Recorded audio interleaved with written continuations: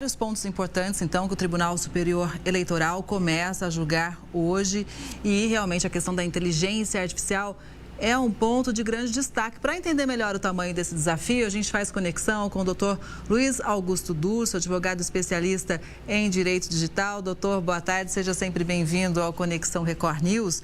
A inteligência artificial já foi um desafio em eleições anteriores, inclusive também fora do Brasil. Eleições americanas pode ser um grande exemplo. E a impressão que a gente tem é que a tecnologia ela avança muito mais rápido do que as regras, né? Boa tarde mais uma vez. Boa tarde, Kelly. Muito obrigado pelo convite.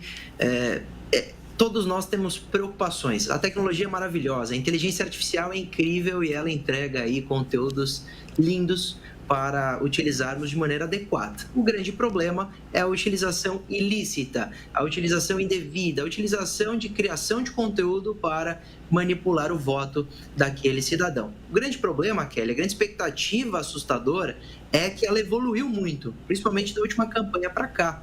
A própria inteligência artificial hoje produz vídeos de uma qualidade inimaginável. Parece que é uma gravação real de alguém falando com a voz daquela pessoa.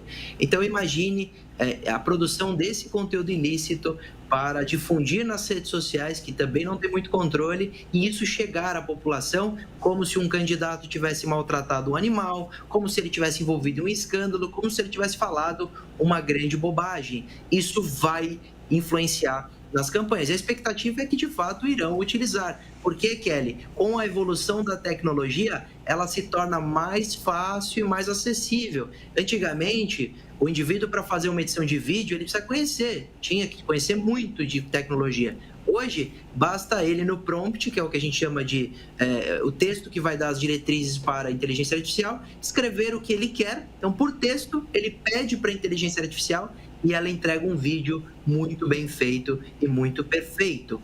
Vale dizer, é muito fácil produzir o conteúdo para o mal também. Pois é. E aí, como está tão fácil produzir esse tipo de conteúdo fake, a gente pode dizer que as fake news ganharam ali um lado profissional, dada a realidade que ela chega até a gente, né? É preciso, então, que o TSE analise, crie normas para punir, porque sem normas, né, fica realmente vale tudo, um vale tudo. Então, é preciso ter normas para que se criem critérios, até para deixar claro para a gente o que é real e o que foi feito com inteligência artificial na base da mentira, né, doutor?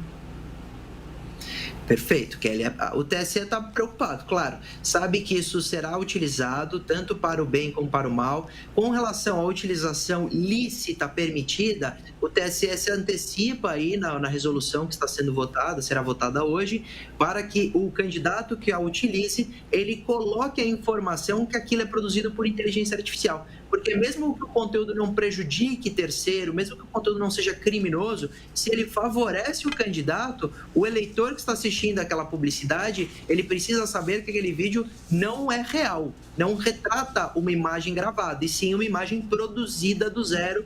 E ali, por exemplo, se tiver uma família feliz, não existe essa família feliz, aquilo é tudo produzido por inteligência artificial. Então, o TSE já se antecipa com relação ao conteúdo lícito. Com relação ao conteúdo ilícito, aí a preocupação é maior, por óbvio, tem uma expectativa de esse conteúdo existir durante a campanha nas redes sociais, e aí tenta-se blindar o usuário do acesso, porque mesmo ele tendo um senso crítico apurado, como esse vídeo é muito bem produzido, é perfeito, com a voz daquela pessoa, isso vai enganar parte da população que desconhece dessa tecnologia. E aí as redes sociais precisam colaborar, o Tribunal Superior Eleitoral tem que ser diligente, a Justiça Eleitoral também, para que removam esses conteúdos quando denunciados, e também que, na expectativa de acontecer esse problema, firmem as parcerias que aconteceram, inclusive na última eleição, com essas Big Techs, para que elas, pelos seus algoritmos, também monitorem o conteúdo para poder denunciar e diminuir o alcance do conteúdo que é falso e criminoso. Doutor, hoje na lei brasileira não tem nada que diga em relação às eleições, porque acho que é um tema muito novo. Vamos dizer assim, olha, você foi eleito graças a fake news, você esparramou milhares de fake news, está aqui comprovado e você foi eleito com base nisso. Hoje não existe nenhuma lei que fale assim, olha, você vai perder as eleições porque você mentiu para conquistar o voto. A gente tem algo nesse sentido ou ainda não?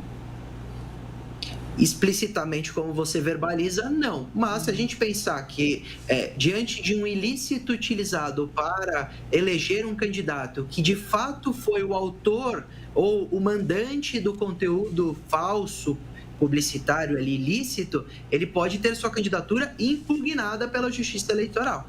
Então, tanto o candidato que se beneficia, se ele tem um nexo de causalidade, se ele tem interferência no conteúdo falso, como aqueles que divulgam, que são seus eleitores, seguidores, adoradores, esses também podem ser responsabilizados, todos eles nessa cadeia. Claro que a Justiça vai entender qual é o grau de responsabilidade, se a pessoa tinha dolo, né, tinha vontade de produzir e propalar, divulgar, compartilhar o conteúdo falso, mas pode haver responsabilidade de todos esses agentes envolvidos nessa cadeia de divulgação de conteúdo falso, porque às vezes o candidato, ele de fato estimula, e aí ele pode ser responsabilizado, inclusive em casos mais graves, ter a sua candidatura impugnada pelo TSE. Doutor, um outro ponto que eu acho também, talvez o TSE deixe mais claro, é o seguinte, os meios de comunicação tradicionais têm que cumprir uma série de normas, principalmente quando está mais próximo do período eleitoral, né? Inclusive há acordos em relação a tempos para cada partido, enfim. Nas redes sociais, como é que está essa questão? É também terra de ninguém? Ou as redes sociais podem ser responsabilizadas também? Coincidentemente, nós temos uma imagem de um cérebro aqui ao lado e eu vou responder também com uma questão médica. Kelly, nós temos dentro do nosso cérebro uma parte que é o córtex pré-frontal, que é o nosso filtro natural, ético e etc., das nossas ações. Essa parte cerebral, ela é sempre utilizada numa comunicação física, numa comunicação pessoal, porque as pessoas pensam que ali pode haver uma retaliação, uma reação, então a pessoa tem um mínimo de ética e um mínimo de responsabilidade. Sem dúvida nenhuma, o jornalismo profissional, ele assina a matéria, ele sabe o seu grau de responsabilidade, ele foi estudado e elaborou a sua profissão sempre baseado nesses valores e nessa responsabilidade. Já as redes sociais permitem que qualquer um crie um perfil, inclusive falso. Então, o indivíduo, ele descarta a parte do córtex pré-frontal, ele simplesmente não tem respeito nenhum à ética e aos valores, ele só quer chegar no objetivo final, que muitas vezes é o objetivo ilícito.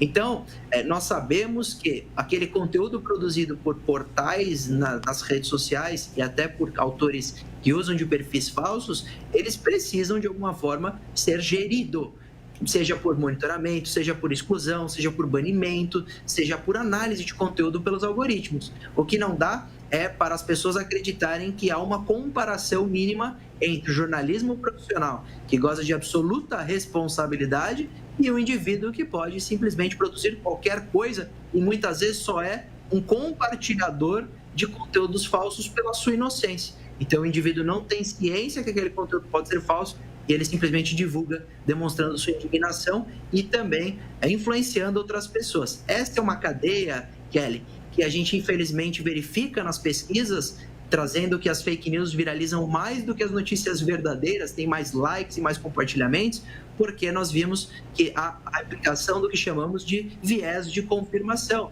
Então, o ser humano, ele gosta de acertar na sua opinião. E quando vem uma notícia que corrobora aquela opinião, ele fica tão feliz e satisfeito que ele imediatamente compartilha para demonstrar que ele estava certo. Mesmo que a notícia que corrobora a sua opinião seja falsa. Ele simplesmente nem pesquisa a procedência, a fonte Sim. ou a veracidade. Ele só propaga. E isso é o viés de confirmação que também atinge as fake news com muita força. Pois é, né? Bom, o senhor citou uma palavrinha muito importante que a Bruna, também lá direto de Brasília, já tinha dito, que era a questão dos algoritmos. Talvez é um desafio aí para as redes sociais e também para as políticas, de deixar bem claro as regras e com punição, seria ter um sistema de filtro de algoritmo mais apurado para combater a fake news, principalmente, já que a gente está falando em eleições, durante o processo eleitoral, né? O Kelly, eu sou bastante crítico aos algoritmos porque eles são muito eficientes para, por exemplo, direitos autorais, mas não funcionam para discurso de ódio, para crime contra a honra, para fake news. Eles simplesmente selecionam o conteúdo que deve ali ser viralizado e ninguém sabe como de fato isso funciona. Inclusive está aí tudo sempre muito oculta a informação. Ninguém tem essa resposta. Então, era importante a gente evoluir primeiro com transparência. Como que funciona essa entrega? Até porque, Kelly, não necessariamente fake news, mas os algoritmos podem sim decidir uma eleição. Basta eles engajarem e dar publicidade a um conteúdo de um candidato e ao concorrente sempre diminuir o alcance das suas publicações. A gente sabe que hoje a internet pauta os temas, tem um alcance muito grande para definir uma eleição, então os algoritmos interferem diretamente no Estado democrático de direito e no voto do cidadão. Olha a importância de definirmos os critérios também desses algoritmos e para que eles sejam sempre melhorados para, no mínimo, identificar o conteúdo falso e trazer para um órgão que possa definir, como, por exemplo, um juiz de direito, se aquele conteúdo deve ou não ser removido. Sim, muito importante essa sua análise. Me fez lembrar que outro dia eu postei realmente uma música e fui bloqueada. Agora, a fake news a gente vê rodando por aí, livre, leve e solta, ninguém bloqueia nada. Muito bom ter trazido esse ponto aqui. Fica a reflexão e torcemos para que realmente algo seja feito de verdade aqui no nosso país. Muito obrigada, doutor, pela análise. Uma boa tarde, até a próxima. Muito obrigado, Kelly. Até a próxima e esperamos eleições mais justas e democráticas. Com certeza.